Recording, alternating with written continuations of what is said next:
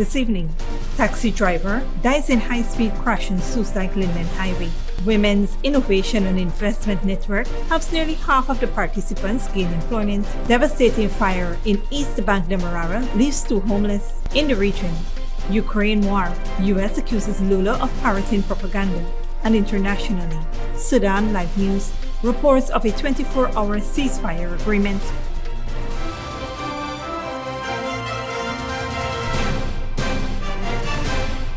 Welcome to this broadcast of Channel 2's Headline News Update for April 18, 2023. I am Baby Bacchus. Thank you for joining us. First up, tragedy struck on Monday as a 48-year-old taxi driver lost his life in a car crash on the Haruruni Public Road, Soesdyke Linden Highway. Dead is Alvin Dubar of Section B, Sarah Johanna, East Bank Demerara.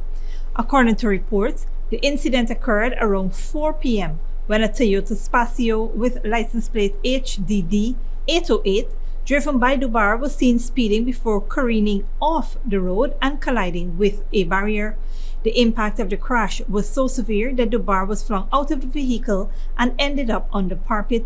He was transporting an unidentified male passenger at the time of the accident. Public-spirited citizens who witnessed the accident rushed to the scene and transported the victims to the Diamond Diagnostic Center. However, Dubar was pronounced dead on arrival. Meanwhile, the passenger was transferred to the Georgetown Public Hospital, where he is listed in serious condition. And investigations into the incident continues. Also making the headlines. Last evening, a devastating fire broke out at Lot 399 3rd Street, Horsellen, East Bank Demerara, leaving 2 people homeless and destroying a 2-story wooden and concrete building owned by 64-year-old Maharani Mohan and occupied by her and 61-year-old Ramesh Pritipal. The Guyana Fire Service responded to a call around 7 p.m. Upon arrival, firefighters were confronted with a raging inferno that had completely engulfed the building. Despite their best efforts, the building and its contents were destroyed and the occupants were left homeless. The cause of the fire was malicious setting by unknown person or persons, and the flames had also spread to adjacent properties. Investigations are presently in progress. In other news, the Ministry of Human Services and Social Security, Women's Innovation and Investment Network's Women in Business initiative has yielded positive results, with 48% of participants already gaining employment. In comparison, another 25% opened businesses. This was disclosed by Minister of Human Services and Social Security, Dr. Vindya Prasad, during the opening of the We Live 3 exposition at the Movietown Tarmac over the weekend. The program aims to support and empower women by providing a range of opportunities, including access to employment in the public and private sector, and encouraging economic independence, particularly for single mothers and those from low-income backgrounds. Minister Prasad also noted that over 4,000 women in the 10 administrative regions received training through the initiative. And we've been training women in business. So that does not mean a talk shop. They have to have a business plan at the end of it. They also have to register their business. Minister Prasad noted that the efforts by the government to include women in every aspect of development has been reflected in the report by the World Economic Forum. That was equivalent to us moving up 18 spots in 1 year as a country. And what does that signal? That the gender gap is narrowing. We still have a lot of work to do, but it's happening and at a rapid pace. And so these are the kinds of stats that give us the kind of credibility and encouragement and motivation that we want to have to keep on doing things the way we are doing it, and doing even more than what we're doing right now. Some $100 million was allocated in Budget 2023 towards the WIN program, which aims to train 6,000 women in 2023. To date, 10,000 applicants have been received by the ministry, and Dr. Prasad is urging interested agencies and companies to make funding available to train the additional 4,000 women. Stick around when we return. Nationwide safety and health sensitization campaigns are ongoing, and inmate rehabilitation programs yielding great success.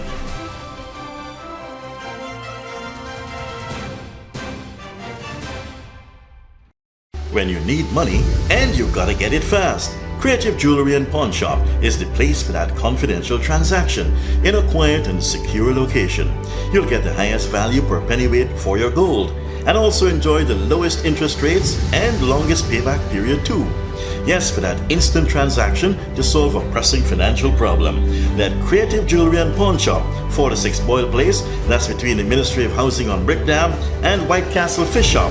Be your first and only choice. Creative Jewelry and Pawn Shop, safe and sound, solid and secure, always there for you. Telephone 231-7878 and 223-8955. Hello, my fellow TikToker followers. He is Credit, and today all we will be making Chinese noodles with peppies, chow mein, chicken fritters, and spice cake. For the noodles, all of these will be using peppies, black pepper, cashew, Chinese sauce, soy sauce, garlic sauce, paprika, Chinese seasoning, chow mein seasoning, five spice, and all-purpose seasoning. Next, this chicken that we marinated, soak for all you wanna know nothing with peppies, green seasoning, miracle seasoning, Pepper sauce, chicken seasoning, paprika, garlic powder, jerk seasoning, black pepper, onion powder, and ginger powder, and document plantain flour, and then this butter we make with this quick piece powder, and we boil in high. We serve with peppies, barbecue sauce. Radhika went to the supermarket and she proper buy up enough things. She feels she alone can cook, but she routine even wrong. He shaped like a guy in a map. Peppies has a wide range of ingredients available at supermarkets nationwide. Peppies, we put the pep back into your kitchen. Good girl forget things. What's the problem, Granny? I want money for borrow for those surgery. I was dancing and I fall and fracture my hip. If you need some quick money, you should check Lender's Jewelry and Pawn Shop. Lender's Jewelry and Pawn Shop, Lot 238 South Road Border, Georgetown. Get jewelry made to order in just 72 hours. We also accept vehicles. Lender's, best rates, longest payback period. Boys, I get through. Plus, I could dance again.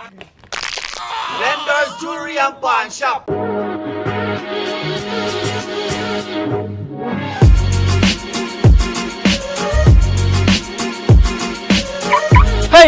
Hey, this is your fancy vehicle and is your house? Yes, this is my vehicle and actually I'm waiting on my land. I'm actually renting this house for $50,000. $50,000? You head more?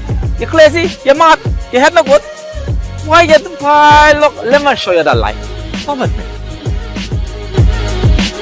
Come on down to Fabulous Homes today. Pay $50,000 every month for 36 months or until you reach 50% of your house costs.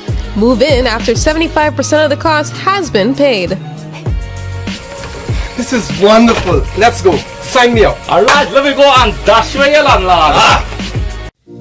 To explore our home ownership program, check our Facebook page for more information or come down to our office at Avalon Friendship. Hey, Chinese, thanks, man. Thanks a lot, man. You got through? Yes.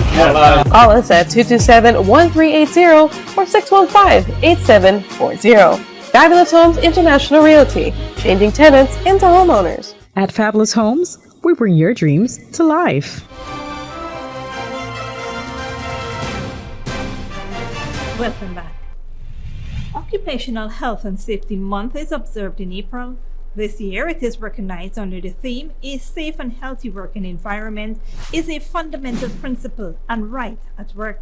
The Ministry of Labor has conducted multiple awareness campaigns on standard safety and health protocols as part of Occupational Safety and Health Month in Regions 3, 4, 5, and 7, targeting several companies and businesses. As a result, several female farmers in Region 3 were engaged in a 2-hour seminar that focused on the fundamentals of occupational health and safety. The forum covered pesticide handling and using personal protective equipment. Residents also learned about the Labor Act and Occupational Safety and Health, Central Recruitment and Manpower Agency, and cooperative societies. Residents also learned about the Labor Act and Occupational Safety and Health, Central Recruitment and Manpower Agency, and cooperative societies. Other topics discussed include national minimum wage, workers' rights, annual leave, workplace safety and health requirements, and information on the National Job Bank website. Several companies in Region 7 also benefited from lectures conducted by ministry representatives. Among the topics discussed were payments of overtime rates, specifically on Sundays and public holidays, and payments of annual leave. In other news, inmates at the Guyana Prison Service are benefiting successfully from the rehabilitation programs. This is according to the Director of Prisons, Nicklin Elliott. The government has heavily invested in these programs, which aim to provide inmates with the necessary tools to reintegrate into society upon release. Rehabilitation programs have been shown to positively impact inmates' physical and mental health and psychological, social, vocational, and economic potential. The Ghana Police Force identifies the root cause of inmates' antisocial behavior and supports them in making positive changes towards social functioning. The program's success is evident in the activities and projects undertaken by inmates. For example, inmates have created various items through the program over the past week, showcasing their newfound skills and creativity. Additionally, farming activities have been incorporated into the rehabilitation program, providing inmates with practical skills and contributing to their overall well-being. Don't go away after the break.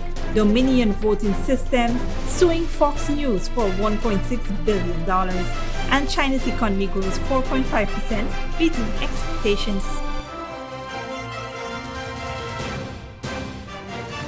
Celebrity Pure Vegan Cuisine and Bar. We say vegan, we speak about 100% vegan. No dairy products, no MSG. From the cheese, the butter, the milk, everything we use here, it's vegan. Our breakfast, some of the special we have for breakfast: porridge, fried plantain, we have boil and fried katahar, boil and fried cassavas. We have soup of the day, which you all know. The main thing in that soup is the dry mushrooms as well as the bean curry. Young okras is a must with full ground food, split peas and everything up in that. Coconut milk is the main thing. Then we have the lunchtime. Some of the main dishes the people already is hitting on: the split peas cocoa rice, basmati and quinoa mix. A lot of people don't know what that, but you come down here, you get it. It's a replacement of rice and a great substitute in the vegan business. Then we have dal, corn, okra and carrots, edo leaves, chanchi down, coconut milk. There's so many side dishes. But one of the special things is the chicken that we make right here. We make sweet and sour chicken, strip chicken, jerk chicken. All of that is in-house, made right in here from scratch. In the evening, you know everything is up. We also carry a large variety of organic and natural products. Some of the products that we have here is the hemp. The hemp, that one is a very important product for the body. Proteins and everything to the max. We have the Corellia. This also is very good for the body. We have the Spirulina. Spirulina is very good for everyone, but men benefit a lot from that. After the Spirulina, we have the maca powder. These are all organic and natural powders for the body, especially when you're getting up there in age. You use these things as supplements. Black seed oil. On the internet, it said the only thing the black seed oil don't cure is death. And there are many more products that we have there, full variety. We have the natural juices we also make. We have from like the sorrel juice, the pineapple juice, mabi, ginger beer. All these things make from the bark or the natural powder. We do not use concentrate in this cuisine at all. Everything we do is natural. Also at the Celebrity Pure Vegan Cuisine, we have a well-stocked bar. Some people choose to have a drink when they finish eating. We need to make sure that they're comfortable, they're happy when they're leaving this place. So we do our best to provide the services that we think is required. Remember, this place are fully AC, and we cater for weddings, all occasions, birthday parties, anniversaries. So we set the place so that everyone can come, feel right, and understand what's happening. Come right down to the Pure Vegan Cuisine and Bar, 198 Camp Street again, and you will find everything you need to live to be healthy. Welcome back. Now let's take a look at what's happening in the region and around the world. The White House has sharply criticized Brazilian President Luiz Inácio Lula da Silva for accusing the United States of encouraging the war in Ukraine. Lula said after a visit to China at the weekend that the US needed to start talking about peace in Ukraine. Visiting Brazil, Russian Foreign Minister Sergei Lavrov met Lula and thanked Brazil for its efforts. U.S. National Security Council spokesman John Kirby accused LULA of parroting Russian and Chinese propaganda. LULA, who has pitched himself as a broker for peace talks to end the conflict, said over the weekend that the United States need to stop encouraging war and start talking about peace. His comments came after meeting Chinese President Xi Jinping. China published a peace plan in February that does not explicitly call for Russia to leave Ukraine. The Sudanese army and the Rapid Support Forces have agreed to a 24-hour ceasefire starting at 6 p.m. local time. The United Nations says more than 180 people have been killed since fighting began on Saturday. The UN's envoy to Sudan says the warring sides are not open to talks. Al Jazeera's Rahila Mohammed reports. Smoke covers the skyline north of Sudan's capital after airstrikes by the army against positions of the Rapid Support Forces. Fighting continues at Khartoum Airport, leaving a trail of destruction. Satellite pictures show widespread damage after days of heavy fighting. Flights have been suspended, preventing international mediators from arriving. 330 kilometers north of Khartoum, Marawi Air Base is still being contested by rival military forces with fighter jets destroyed. The battle has intensified between Sudan's army and the biggest and most powerful paramilitary. Army Chief Abdel Fattah al-Burhan and his deputy Mohammed Hamdan Dagalo, who leads the Rapid Support Forces, had been in charge of the country since 2019. But they disagree on how to restore civilian rule. It's unclear who now has the upper hand, with fighting around the General Command military headquarters. The Rapid Support Forces released footage purporting to show its troops gaining ground with its soldiers at the Security Services building. But after the army took back control of state TV on Monday, it's called on the RSF to turn themselves in. It is not in the interest of our homeland to have its own countrymen carrying arms against one another. Therefore, we call on them not to be part of this conspiracy, to lay down arms and turn themselves in, and then let's see if they will consider joining the ranks of Sudan's armed forces. Khartoum and other cities are now battlefields, with tanks rolling through the streets and dead bodies strewn across pavements. Medical staff are warning they can't reach the injured because hospitals are under attack. There's not enough medicine, food or water. With power cuts, generators are operating at critical levels, but some are venturing out to find supplies. We have bought 6 packs of noodles. 2 packs can feed 3 people for 1 meal. There is also salt and cake. The cake will expire tomorrow, so we can have it for dinner tonight. There's a global push to find diplomatic resolve. The U.S. is urging the warring sides to end hostilities. This morning, I made calls to Generals Burhan and Hamedi, urging them to agree to a 24-hour ceasefire, to allow Sudanese to safely reunite with their families, and to obtain desperately needed relief supplies. I also underscored in both calls the responsibilities that Sudanese fighting forces bear for ensuring the safety and security of U.S. and other diplomats who are resident in Sudan, as well as for UN staff and other humanitarian partners.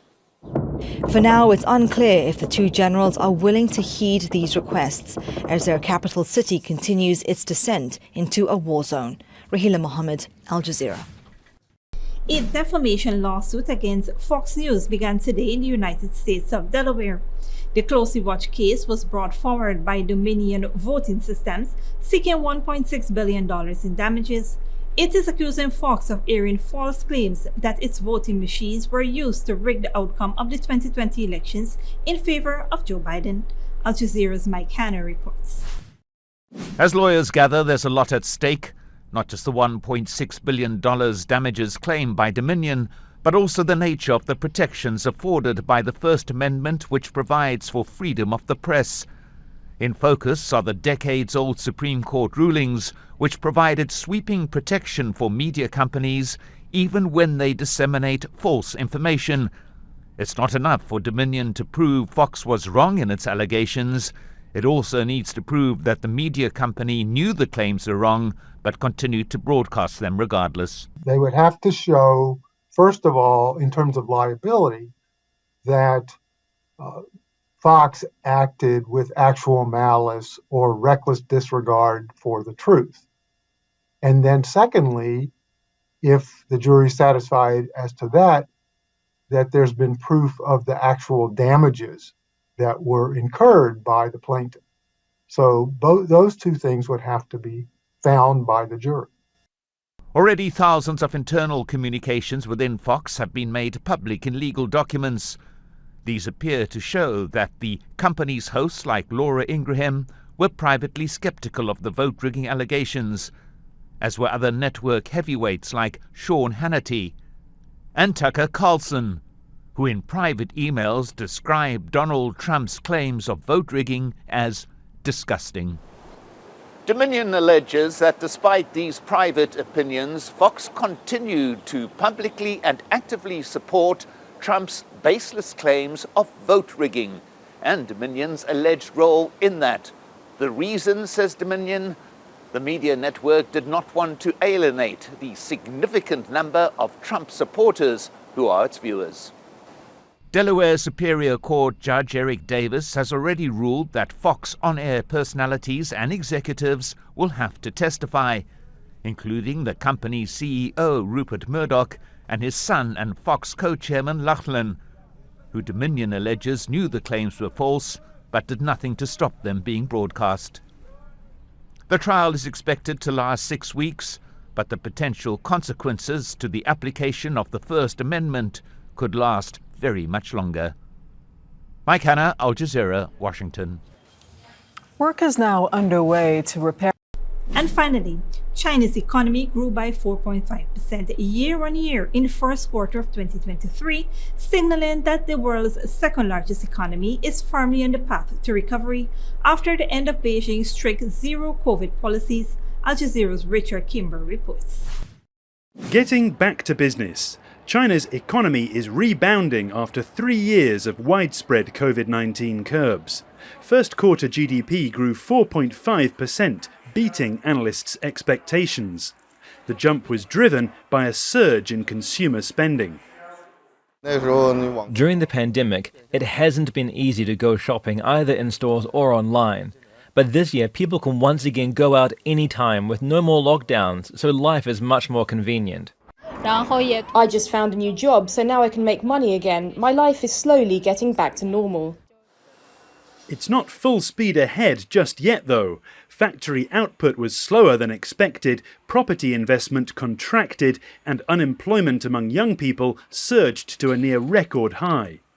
The government is forecasting that growth will accelerate in the next 3 months, but officials say the foundation for a rebound is not yet solid. They say there are still concerns over domestic demand and what they're calling a complicated international environment. Economists say one of those complications is China's relationship with the rest of the world. China wants to do this transition into this innovation-based model, more automation, and using more industrial robots. And that requires a significant import of chips and other high-tech products. And China and US relation isn't getting better anytime soon. And more export ban will pose significant pressure for Chinese manufacturing in general.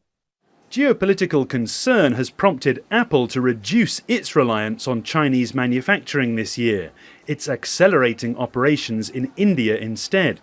Analysts say many companies are looking to diversify their supply chains, but few are ready to ditch China entirely.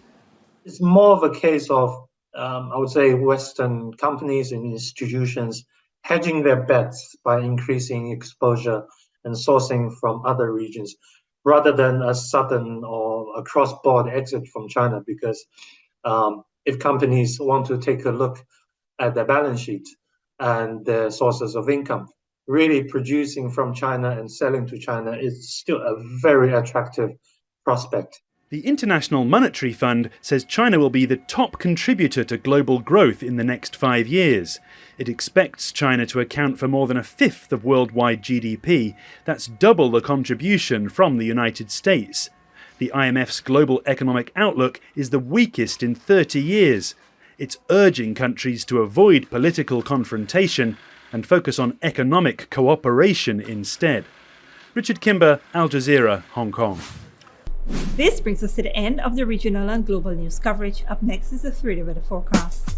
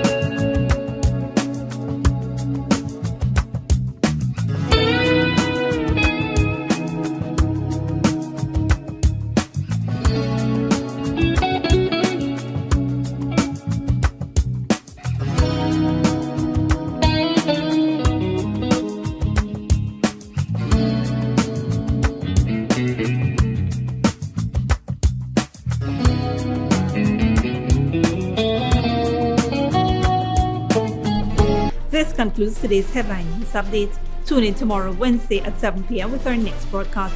For more news and updates, you can visit our Facebook and YouTube pages. Until then, please stick with yourself and each other.